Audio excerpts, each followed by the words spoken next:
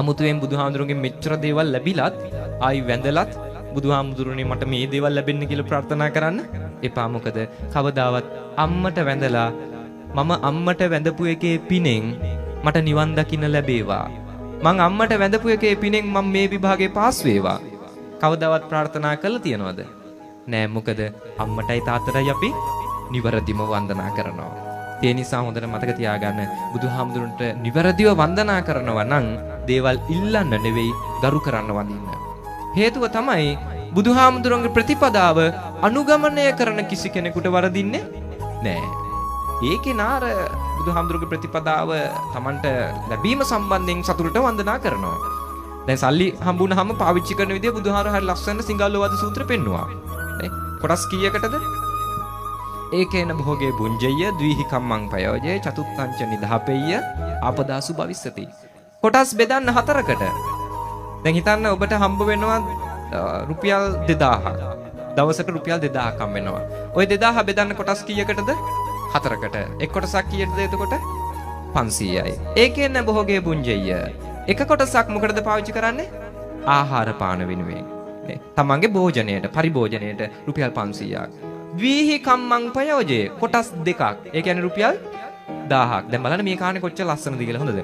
කොටස් දෙකක්. ඒ කියන්නේ රුපියල් 1000ක් ඔබ ප්‍රයෝජනයට ගන්න. සමහරට ඔබ ඒ රැකියාවක් කරා නම් ඒ රැකියාවේ දියුණුව වෙනුවෙන් අනාගතේ දියුණුව වෙනුවෙන් ඔබ කොටස් දෙකක් පාවිච්චි කරන්න. චතුත්තංච නිදාපෙය්‍ය. 4 වෙනි කොටස නිදන් කරන්න. ඒ කියන්නේ රුපියල් 500 නිදන් කරන්න. මොකටද? ආපදාසු භවිස්සති. දැන් ඇත්තට මේ ක්‍රමවේදේ අහලා තියනවද නැද්ද? අහලා තියනවා. ඒ වුණාට රුපියල් 100ක්වත් කොටස් 4කට බෙදලා මේ වගේ වෙන් කරලා තියද? නෑ. එහෙනම් මතක තියාගන්න කොච්චර මේ වාඩි වෙලා ඉඳලා බණ ඇහුවත් අපි මේක ප්‍රතිපදාවක් විදිහට කරන තාක් ධර්මයේ ප්‍රයෝජන අපිට නෑ. හරිද? දැන් හිතන්න අපිට ඔන්න ඔය මගේ හැරීම. දවසකට මේසන් වැඩ කරොත් පඩිය කීයද දැන්? දවසේ පඩිය මේසන් වැඩ කරොත් 3500යි 4000යි ටිකක් ඉස්සරහට යන 5000යි ඒ වගේ දවසට. හිතන්න අවම දවසට 3000යි කියලා. ඔන්න මේසන් බාස්ගේ දවසේ පඩිය 3000යි. මාසෙට තියෙන දවස් වලින් මුළු මාසෙම වැඩ කරන්නේ නැහැ. දවස් 20ක් වැඩ කරනවා. එයාගේ මාසික පඩිය කීයද?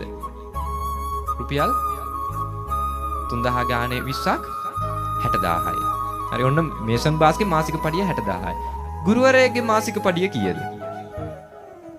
ගුරුවරයාගේ සාමාන්‍ය මාසික පඩිය මාර 35000යි 40000යි.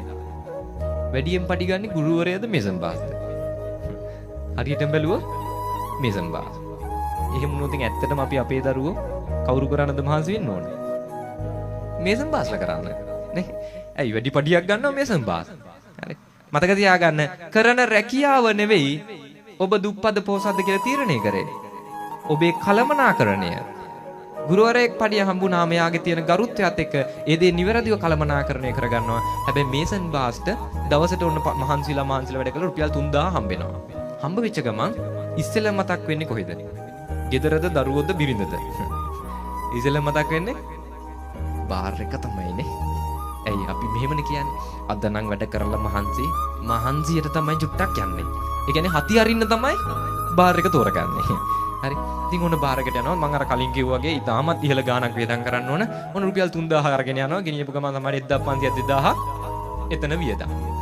වියදම් ගලන රුපියල් 1000ක් අරගෙන එනවා. 1000 ගානේ 20ක් දැන් කීයද මාසෙට? 20000යි. ඔන්න ඔය 20000න් ගෙදර හදන්න ඕන. මොකද මේසන් බාස් උනත් ගෙදර තාම වැඩ ඉවර නෑ. ගෙදර හදන්න ඕන, කන්න බොන්න ගෙනියන්න ඕන, දරුවන්ට උගන්වන්න ඕන, වාහනේ වාරික ගෙවන්න ඕන, ගත්ත ණය ගෙවන්න ඕන. මේ වගේ ප්‍රශ්න ගොඩාක් මතක් වෙනවා. අර රුපියල් 20000න් කරන්න පුළුවන්ද? ගුරුවරයෙක්ටත් වැඩිය ලස්සනට ජීවිතය ගත කරන්න පුළුවන් වෙලත් අර බුදුහාමුදුරන්ගේ ප්‍රතිපත්තිය තිබුණා නම් එයා නිවැරදිව කලමනාකරණය කරගෙන ලස්සන ජීවිතයක් ගත කරනවා. නමුත් ප්‍රතිපත්තිය කියන කැඟේ නැති වෙච්ච නිසා මොකක්ද උනේ? එයාගේ මුළු පෞල් ජීවිතේම අසාර්ථකයි. ඉතින් පෞල් පිටින් බෙල්ල වල දා ගන්න වෙන්නේ නේ. බලන්න මොන තරම් දුක්ඛිත ප්‍රවෘත්තිද අපේ රටේ අහන්න වෙන්නේ කියලා.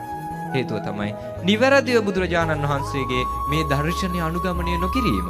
ඒ නිසා මම ඔබට ආරාධනා කරනවා මේ වටින දර්ශනය මේ කියන තැන් ටික හදාගන්න නිවැරදිව ඔබ බෞද්ධ දර්ශන අනුගමනය කරන්න. අන්න එවිට ඔබ ශක්තිමත් වෙනවා.